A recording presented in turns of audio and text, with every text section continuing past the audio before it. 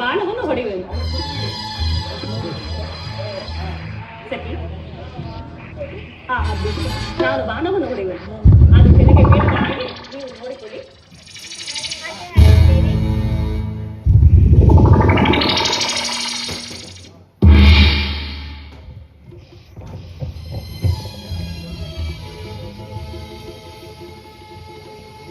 ಸಖಿ,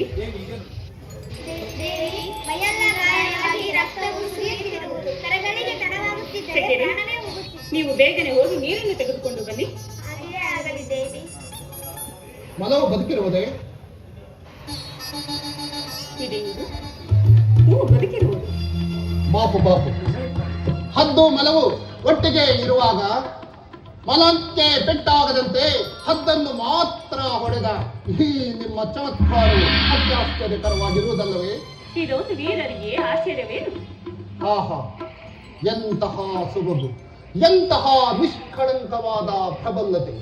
ಆದರೂ ಸಾಮಾನ್ಯ ಸ್ತ್ರೀಗೆ ಇರಬಹುದಾದ ನಾಚಿಕೆಯು, ಲಜ್ಜೆಯು, ಸಂಸ್ಕಾರವು ಈಕೆಯಲ್ಲಿ ಕಾಣುತ್ತಿಲ್ಲವೇಕೆ? ನೀವು ಹೌದು, ರಾಜರ ಧನುರ್ಧಾರಿಗಳಾಗಿ ಬೇಟೆಗಾಗಿ ಈ ಅರಣ್ಯದಲ್ಲಿ ಸಂಚರಿಸುವುದುಂಟು. ನೀವು ಧನುರ್ಧಾರಿಗಳಾಗಿ ಈ ಅರಣ್ಯದಲ್ಲಿ ಸಂಚರಿಸಿಕೊಂಡ ಕಾರಣವೇನು? ಯಾರು ನೀವು? ಈ ಕಾಡಿನಲ್ಲಿರುವ ಸಾಧು ಪ್ರಾಣಿಗಳೆಲ್ಲವೂ ನಮ್ಮವು. ಆದುದರಿಂದ ಈ ಸಾಧು ಪ್ರಾಣಿಗಳನ್ನು ಕೊಲ್ಲಲು ಆಗುತ್ತಕ್ಕದ್ದಲ್ಲ.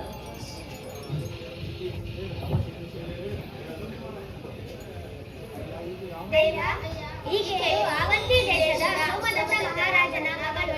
ಈಕೆಯ ಹೆಸರು ಸೋಮಪ್ರಭೆ. ನಾವು ಈಕೆಯ ಗೆಳೆಯರು. ಈ ಕಾಡಿನಲ್ಲಿ ಸಾಧು ಪ್ರಾಣಿಗಳಿಗೆ ಯಾವುದೇ ತೊಂದರೆ ಆಗದಂತೆ ದುಷ್ಟ ಮೃಗಗಳೆಂದು ಸಾಧು ಪ್ರಾಣಿಗಳನ್ನು ಯಾವುದೂ ತೊಂದರೆ ಆಗದಂತೆ ಈಕೆಯ ಧನುರ್ವಿದ್ಯೆಯನ್ನು ಕಲಿತಿರುವವಳು.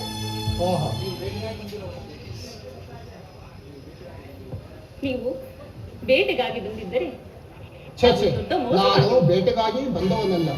ಯುದ್ಧವು ಒಂದು ದೊಡ್ಡ ಮೋಸವಲ್ಲವೇ?